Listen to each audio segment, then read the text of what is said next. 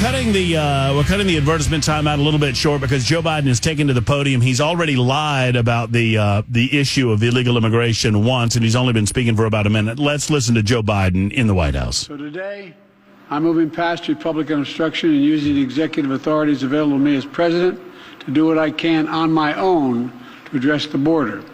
Frankly, I would have preferred to address this issue through bipartisan legislation, because that's the only way to actually get the kind of system we have now that's broken, fixed, to hire more Border Patrol agents, more asylum officers, more judges. But Republicans have left me no choice. Today, I'm announcing actions to bar migrants who cross our southern border unlawfully from receiving asylum. It's already illegal. Migrants will be restricted from receiving asylum at our southern border unless they seek it after entering through an established lawful process. And those who seek to come to the United States legally, for example, by making an appointment and coming to a port of entry, asylum will still be available to them, still available. But if an individual chooses not to use our legal pathways, if they choose to come without permission and against the law, they'll be restricted from receiving asylum and staying in the United States. Literally, that is what the law is. Gain control of our border, restore order into the process. This ban will remain in place until the number of people trying to enter illegally is reduced to a level that our system can effectively manage. We'll carry out this order consistent with all our responsibilities under international law, every one of them. In addition to this action, we recently made important reforms in our asylum system, more efficient and more secure reforms. The goal is to deliver decisions on asylum as quickly as possible. The quicker decision means that a migrant is less likely to pay a criminal smuggler thousands of dollars to take him on a dangerous journey, knowing that if in fact they move in the wrong direction, they're returned around quickly.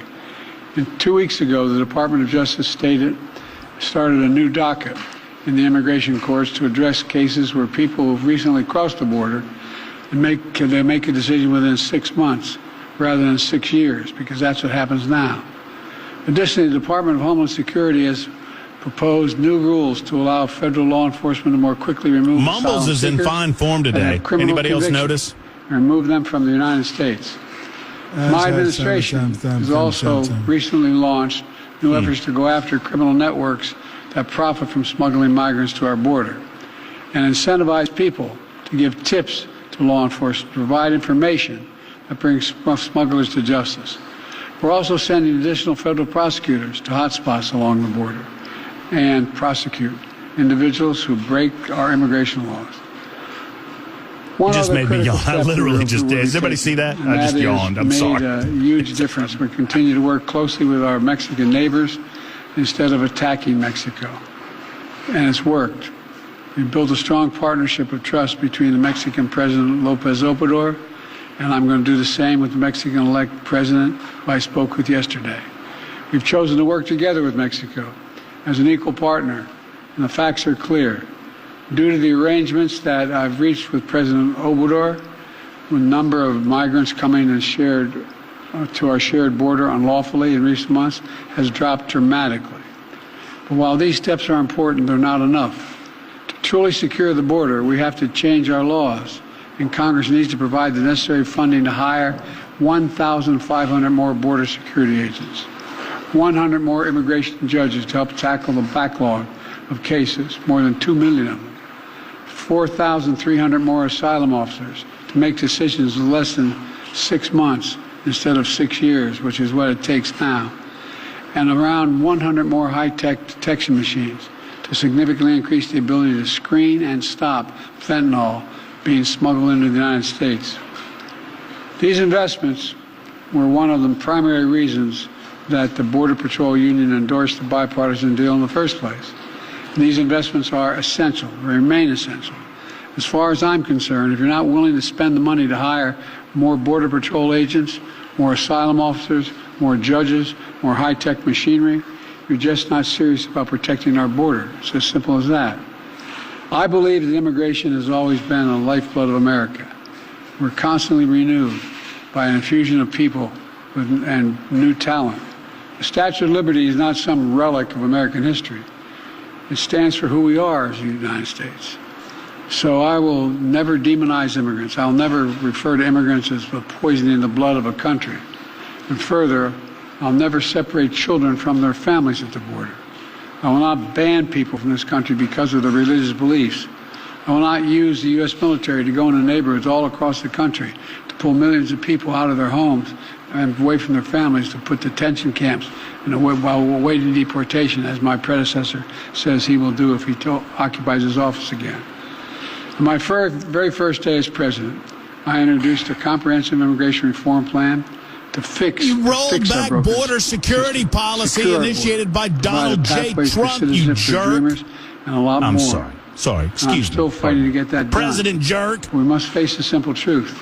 To protect America as a land that welcomes immigrants, we must first secure the border and secure it now. Oh, my gosh. The simple truth is there is a worldwide migrant crisis. And if the United States doesn't secure our border, there's no limit to the number of people may try to come here, because there's no better place on the planet than the United States of America. For those who say the steps I've taken are too strict, I say to you that be patient. And goodwill of American people are be patient. All of this will end on November 5th if he's still president. Not an option. All of it. We have to act. We must act consistent with both our law and our values as Americans. I'll take these steps today. Take a few questions, not to walk Bo. away from who we are as Americans, but to make sure we preserve who we are for future generations to come. Today, I've spoken about what we need to do to secure the border. In the weeks ahead, and I mean the weeks ahead, I'll speak to how we can make our immigration system more fair border and security. more just. Let's fix the problem. How dumb do you think we are?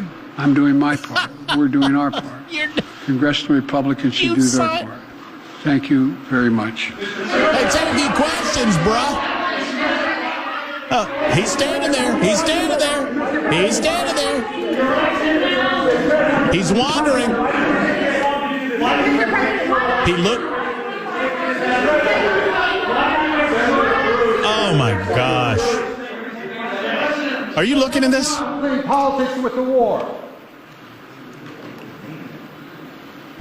What was that? I asked her, is Prime Minister Netanyahu playing politics with the war? Why are you asking? I don't think so. He's trying to work out a serious problem he has. Thank you.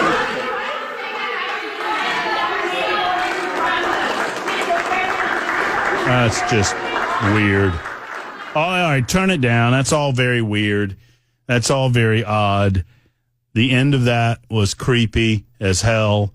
He just stood there blankly staring as people begged of him, reporters in the assembled room begged of him to answer a few questions, and the one he chose to answer was some garbage. I mean, not garbage.